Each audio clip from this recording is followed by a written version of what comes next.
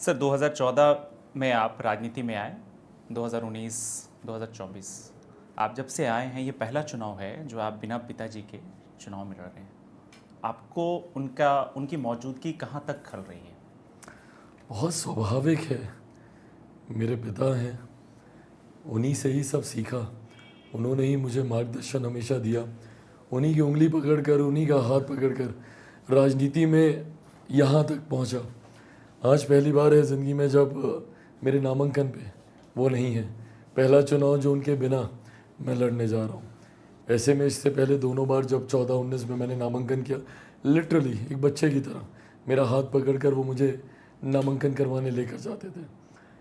उनकी कमी बहुत खलती है, बहुत ज़्यादा मिस करता हूँ, बट ताकत भी वही देते हैं मुझे इन तमाम परिस्थितियों से जूझ कर उभरने की। आप अपनी जीत को लेकर करके आप 5 सीट पे चुनाव लड़ रहे हैं। हाजीपुर से स्पेशली आप अपनी जीत को लेकर के कितना आश्वस्त हैं, क्योंकि आज जिस तरह से भीड़ जुटी उसको देख करके आपको क्या लग रहा है? मैं यकीनन जिस तरीके से आज नामांकन में जिस तरीके से एक जनसैलाब, और मुझे नहीं लगता कि मैं गलत शब्द का इस्तेमाल कर रहा हूँ, क्योंकि उस हिसाब से भीड़ थी आज, और जिस उत्साह के साथ लोग वहाँ पर थे, ये मेरे विश्वास को ज़रूर बढ़ाता है कि जो प्यार मेरे नेता, मेरे पिता आदरणीय रामविलास पासवान जी को हाजीपुर की जनता देती थी, वही प्यार आज मुझे अपने लिए देखने को मिला। तो मैं मानता हूँ कि हाजीपुर और 5 की 5 सीट और एनडीए की 40 की 40 सीटें हम लोग जीतेंगे। एक सवाल है सर कि हाजीपुर को लेकर के जिस तरह से क्लैशेस देखा आप और चचा के बीच में, हाजीपुर से ही जिद क्यों आपकी भी कि आप वहाँ से लड़िएगा और वो उस सीट को छोड़ नहीं रहे थे? क्या था, मतलब हाजीपुर से अटैचमेंट था या फिर जीत वहाँ से सुनिश्चित थी इसलिए आप वहाँ जोर दे रहे थे? भाई मैं बहुत नाशुक्रा होता अगर मैं मेरे नेता, मेरे पिता के जाने के बाद मैं उनकी जिम्मेदारियों को अपने कंधे पे नहीं लेता। मुझे लगता है कि एक सुपुत्र की जिम्मेदारी होती है कि अपने पिता के अधूरे कार्यों को, उनके अधूरे सपनों को वो पूरा करें। ऐसे में जो कार्य मेरे पिता छोड़ कर गए थे, मेरे नेता ने हाजीपुर को हमेशा अपनी माँ का दर्जा दिया, और उसी सम्मान, उसी सेवा भाव से हमेशा उन्होंने हाजीपुर में काम करने का प्रयास किया। बट अभी भी कई ऐसे कार्य हैं जो मैं मानता हूँ कि उनके द्वारा अधूरे रह गए हैं। उन्हीं को पूरा करने की सोच के साथ ये फैसला लिया था। मेरे पिता की कर्मभूमि रही है, उनके जाने के बाद मुझे लगा कि मुझे वहाँ की जिम्मेदारी लेनी चाहिए। 2024 में एनडीए की सरकार बनती है और चिराग पासवान हाजीपुर से जीतते हैं, तो ये तय माना जाए कि आप मंत्री बनिएगा? भाई इस सवाल का कोई मतलब नहीं है, क्योंकि ये सवाल आपकी चाहतों से जुड़ा है। हकीकत में क्या है किसी को नहीं पता, भविष्य के घर में क्या है ये भी किसी को नहीं पता। मैं मानता हूँ चाहत और हकीकत में बहुत फ़र्क होता है।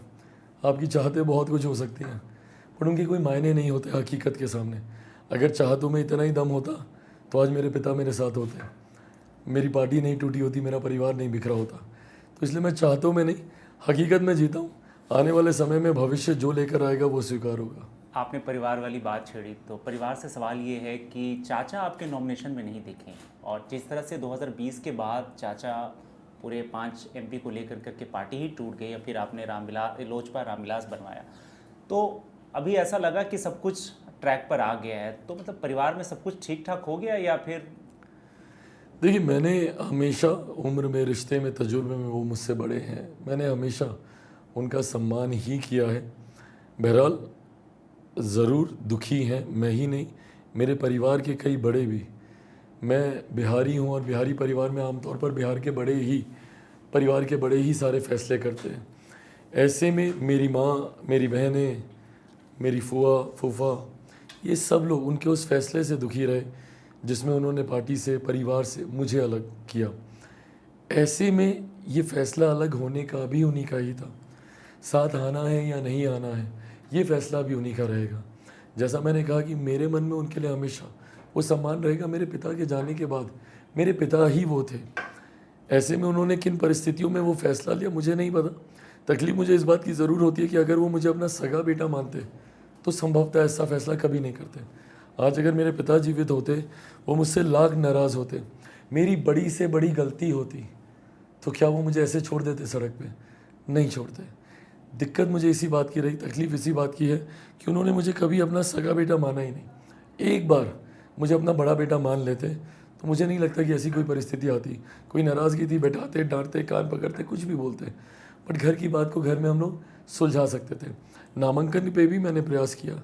मैं उनको 2 दिन से मैं उनको फ़ोन कर रहा था, मेरे ऑफिस के सारे स्टाफ, सारे नंबरों से हम लोगों ने उनको फ़ोन करने का प्रयास किया, बट ना उन्होंने फ़ोन रिसीव किया भी तो उन्होंने डिस्कनेक्ट कर दिया। आज मुझे था कि कम से कम सारी बातों को भूलकर एक नई शुरुआत हम लोग कर सकते थे। नामांकन पे आते, मेरे पिता की जगह पर बैठ के अपने आशीर्वाद का हाथ मेरे सर पे रखते। आप अक्सर हनुमान वाली जो बातें कहते हैं प्रधानमंत्री के संदर्भ में, आज तक वो सही से समझ नहीं पाया कि हनुमान आप किस कॉन्टेक्स्ट में कह रहे हैं कि आप हनुमान हैं। भाजपा तो संकट में है ही नहीं, तो हनुमान की क्या ज़रूरत है संकट से? नहीं, तो ये संकट वाले हनुमान नहीं है, ये 2020 का एक प्रकरण था। 2020 में मैं एनडीए से अलग होकर मैंने चुनाव लड़ा था बिहार विधानसभा का, और उस चुनाव में मेरा समर्पण, क्योंकि मेरे प्रधानमंत्री जी के लिए, उस वक्त तक मैं हनुमान नहीं था, बट मेरे प्रधानमंत्री जी के प्रति मेरा समर्पण था। तो मैं एनडीए से अलग भी हुआ था, बट मैं किसी ऑल्टरनेटिव अलायंस में नहीं गया था, किसी वैकल्पिक गठबंधन के साथ मिलकर मैंने चुनाव नहीं लड़ा था। मैं अकेले चुनाव लड़ रहा था, और जब मैं अकेले चुनाव लड़ रहा था तो उस वक्त मेरे ऊपर ये कंडीशंस लगाई गई थी कि मैं प्रधानमंत्री जी की तस्वीरों का इस्तेमाल नहीं कर सकता कहीं बैनर, पोस्टर, होर्डिंग में।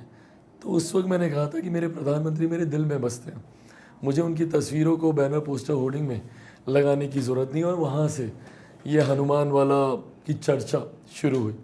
मेरा समर्पण क्यों मेरे प्रधानमंत्री जी के लिए? क्योंकि मेरे ज़िंदगी के सबसे डिफ़िकल्ट फेज़ में, सबसे कठिन समय में, जब मेरे पिता अस्पताल में थे, दिन रात एक व्यक्ति जो मेरे परिवार के साथ चट्टान की तरह खड़ा रहा, वो मेरे प्रधानमंत्री हैं। मैं बहुत नाशुक्रा होऊंगा अगर मैं इन सारी बातों को भूल जाऊं। ऐसे में वो समर्पण, और मैं उनके विचारों से वैसे ही प्रभावित रहूं। 2014 में मेरे पिता नहीं चाहते थे कि हम लोग एनडीए अलायंस में हम लोग आए। ये फैसला लेना, उन्हें कन्विंस करना, कहीं ना कहीं मेरी जिद थी। मैं चाहता था कि देश में पहली बार एक ऐसे प्रधानमंत्री आ रहे हैं जो जात पात, धर्म, मजहब से उठकर 125 करोड़ देशवासियों की, 2014 में 125 करोड़ देशवासियों की वो बात कर रहे हैं। तो मैं चाहता था कि हम लोग उनके साथ जाएं।